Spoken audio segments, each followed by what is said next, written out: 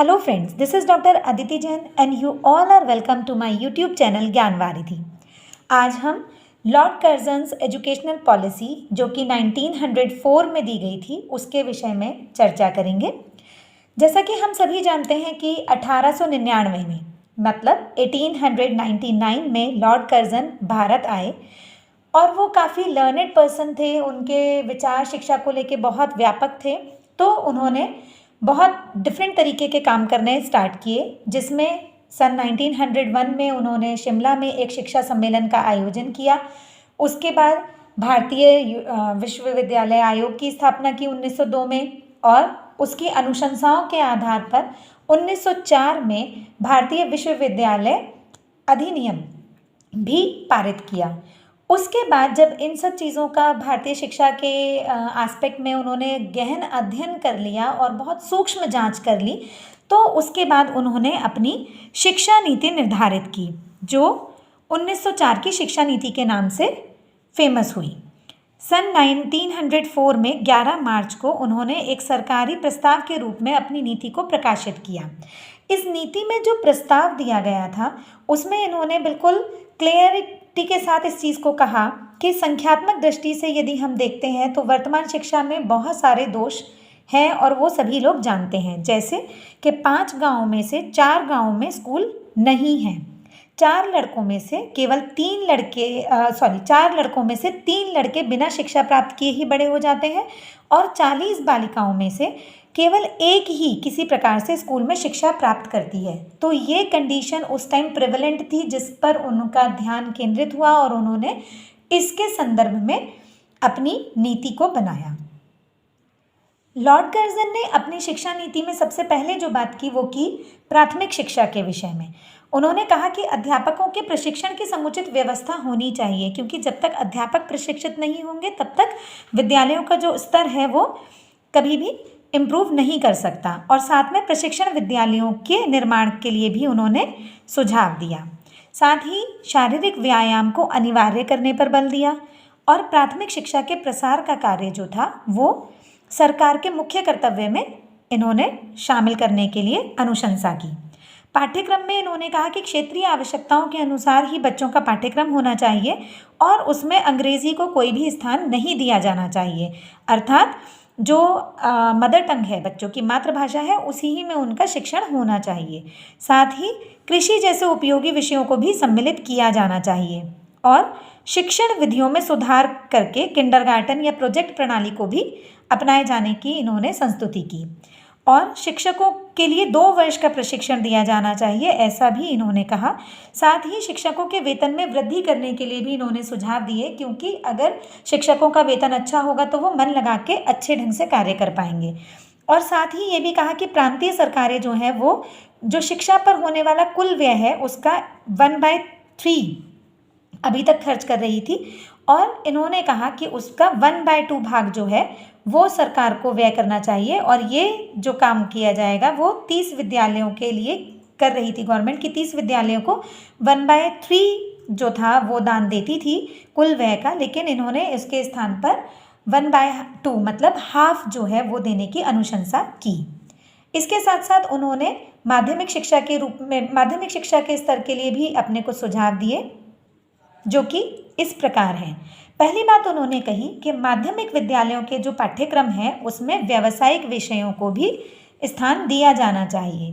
साथ ही प्रशिक्षित शिक्षकों की नियुक्ति की बात यहाँ पर भी की गई है कि शिक्षकों को प्रशिक्षण दिया जाए और प्रशिक्षित शिक्षकों को ही नियुक्त किया जाए। साथ ही गैर सरकारी स्कूलों को अधिक अनुदान दिया जाए, क्योंकि सरकार उनके लिए कुछ नहीं कर पा रही है, वो अपने निजी व्यय से उसको चला रहे हैं। तो ऐसे जो स्कूल हैं उनको अधिक अनुदान की आवश्यकता है, जिससे वो सुचारू रूप से चल सकें।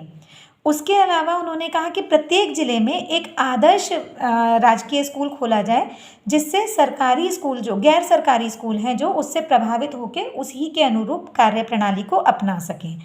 गैर सरकारी विद्यालयों को सरकार के शिक्षा विभाग से मान्यता लेना आवश्यक होगा।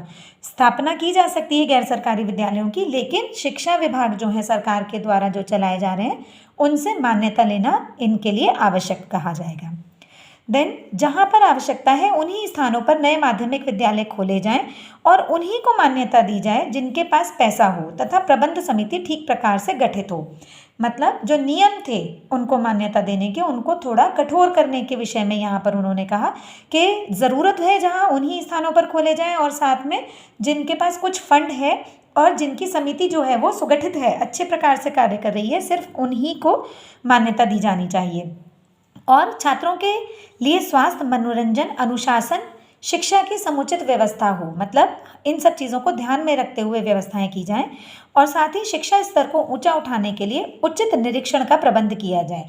कॉलेजेस जो है मतलब माध्यमिक विद्यालय जो हैं उनके उचित निरीक्षण की बात की कि समय समय पर उनमें निरीक्षण कार्य होते रहने चाहिए जिससे कि जो एजुकेशन है वो सही ढंग से चल सके। इसके बाद कुछ अनुशंसाएं या कुछ संस्तुतियां उन्होंने हायर एजुकेशन को लेकर दी, जैसे कि महाविद्यालय और विश्वविद्यालय की शिक्षा का स्तर को ऊंचा उठाने के लिए प्रयास किए जाएं और विश्वविद्यालय शिक्षा के विस्तार और उन्नयन के लिए आवश्यक धनराशि बढ़ाई जाए। जो विश्वविद्यालय में शिक्षा का विस्तार के लिए हम बात कर रहे हैं कि वहाँ पर अध्यापन कार्य होना चाहिए, उसके उन्नयन के लिए आवश्यक धनराशि को बढ़ाया जाना चाहिए। साथ ही बाह्य परीक्षाओं का महत्व जो है उसे कम कर देना चाहिए, क्योंकि शिक्षा जो थी वो बहुत ज़्यादा परीक्षा केंद्रित होती जा रही थी, तो इसलिए कहा कि बाह्य परीक्षाओं के महत्व को कम करने की बात की जाए। और गवर्नर जनरल जो थे उनको विश्वविद्यालय के प्रादेशिक क्षेत्राधिकार की सीमाएं निश्चित करने का अधिकार दिया जाए कि वो किस तरह से और उनके क्षेत्राधिकार कहाँ तक है, किस तरह का कार्य उनको करना है, क्या क्या उनके अकाउंटेबिलिटी में आता है। इसके अलावा उन्होंने और भी बहुत सारे विषय हैं जिन पर अपने विचार दिए, जिन पर उन्होंने रिकमेंडेशंस दी, जैसे तकनीकी शिक्षा, टेक्निकल एजुकेशन के बारे में उन्होंने जब कहा तो कहा कि शिल्पकला, औद्योगिक शिक्षा और कृषि शिक्षा आदि पर भी बल दिया जाना चाहिए। टीचर एजुकेशन के संदर्भ में उन्होंने कहा कि शिक्षा की गुणवत्ता को सुधारने के लिए शिक्षकों का प्रशिक्षण मतलब टीचर ट्रेनिंग को अनिवार्य कर दिया जाना चाहिए और एक जो प्रशिक्षण की अवधि हो वो कम से कम 2 वर्ष की ज़रूर हो और साथ ही समय समय पर रिफ्रेशर कोर्सेज का आयोजन किया जाए जिससे उनकी जो नॉलेज है वो रिफ्रेश होती रहे। इसके साथ ही एक सेंट्रल एजुकेशन डिपार्टमेंट की स्थापना की बात इन्होंने की, क्योंकि वुड डिस्पैच में जो कहा गया था कि हर प्रांत में शिक्षा विभाग की स्थापना हो, उनको परामर्श देने के लिए सेंट्रल एजुकेशन डिपार्टमेंट को स्थापित किया जाए। साथ ही डिपार्टमेंट ऑफ आर्कियोलॉजी की बात भी की, जिससे ऐतिहासिक इमारतें जो हैं उनका उचित उनकी देखरेख हो सके, उनका रख रखाव किया जा सके, उनके संरक्षण की बात की जाएगी और इसका दायित्व इस डिपार्टमेंट का होगा। इसके अतिरिक्त विमेन एजुकेशन के संदर्भ में इन्होंने कहा कि स्त्री शिक्षा के लिए पाठशालाओं की अध्यापिकाओं की और उचित धनराशि की व्यवस्था भी कराई जानी सरकार का दायित्व है कि वो इस तरह की व्यवस्था करे। साथ ही जो मेधावी छात्र हैं उनको विदेश में अध्ययन करने के लिए छात्रवृत्तियों की व्यवस्था भी करनी चाहिए। लॉर्ड कर्जन की इस शिक्षा नीति में बहुत सारे गुण रहे, अब हम उनके ऊपर चर्चा कर लेते हैं। जैसे प्राथमिक शिक्षा के प्रसार व गुणात्मक सुधार हेतु इसमें उचित सुझाव दिए गए थे। माध्यमिक स्तर पर व्यावसायिक विषयों को समाविष्ट करने के लिए भी उन्होंने कहा और साथ ही प्रशिक्षित शिक्षकों की नियुक्ति पर भी उन्होंने बल दिया। उच्च शिक्षा के प्रसार हेतु अधिक धनराशि की स्वीकृति भी की गई इनकी सिफारिशों के कारण और साथ ही भारतीय शिक्षा को की जो सही स्थिति थी उसको स्पष्ट रूप से प्रस्तुत भी किया गया और मातृभाषा को माध्यमिक स्तर पर शिक्षा का माध्यम बनाकर भारतीय भाषाओं का विकास भी हुआ। विद्यार्थियों के लिए नैतिक विकास पर भी बल दिया गया और कृषि प्रधान देश के लिए कृषि शिक्षा की व्यवस्था पर भी बल दिया। देन केंद्रीय शिक्षा विभाग की स्थापना द्वारा शिक्षा को सुव्यवस्थित भी किया।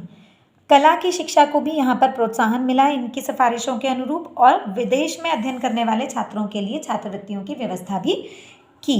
लेकिन इसके साथ साथ उसके कुछ दोष भी थे जिनको हम डिस्कस करना ज़रूरी समझते हैं, क्योंकि हर चीज़ के प्रॉस एंड कॉन्स दोनों साइड होती हैं। तो जहाँ हम गुणों की बात कर रहे हैं, उसके मेरिट्स की बात कर रहे हैं, तो डीमेरिट्स भी जानना ज़रूरी होता है। डीमेरिट्स में इसके माध्यमिक विद्यालयों की मान्यता व अनुदान जो स्वीकृत करने के नियम थे उनको बहुत ज़्यादा कठोर बना दिया, जिसके कारण माध्यमिक शिक्षा के प्रसार में बाधाएं आने लगी और नए विश्वविद्यालयों या महाविद्यालयों की स्थापना के लिए इन्होंने कोई भी प्रस्ताव नहीं दिया और यहाँ तक कि माध्यमिक विद्यालयों के लिए भी नए विद्यालय बनाने के लिए इन्होंने बाधाएं उत्पन्न की, मना किया कि ऐसा कोई भी विद्यालय जहाँ पर ज़रूरत नहीं है उसकी स्थापना न की जाए। और दूसरी चीज़ जो एक इनकी मेन डिमेरिट रही वो थी सरकारी अंकुश की प्रधानता रही। इन्होंने हर चीज़ में सरकार को ज़्यादा मतलब वेटेज दिया कि सरकार के हाथ में चीज़ें चली जाएं, और उसके कारण जो हमारे चल रहे थे कार्यक्रम उनमें कहीं ना कहीं सरकारी अंकुश लगने लगा। होप आपको लॉर्ड कर्जन्स पॉलिसी ऑफ एजुकेशन समझ में आई होगी। अगर आपको मेरी वीडियो अच्छी लगती है तो प्लीज़ उसको लाइक, सब्सक्राइब और शेयर ज़रूर कीजिएगा। कोई भी क्वेरी हो तो आप मुझे कमेंट बॉक्स में डाल सकते हैं, मैं उसका रिप्लाई ज़रूर करूँगी।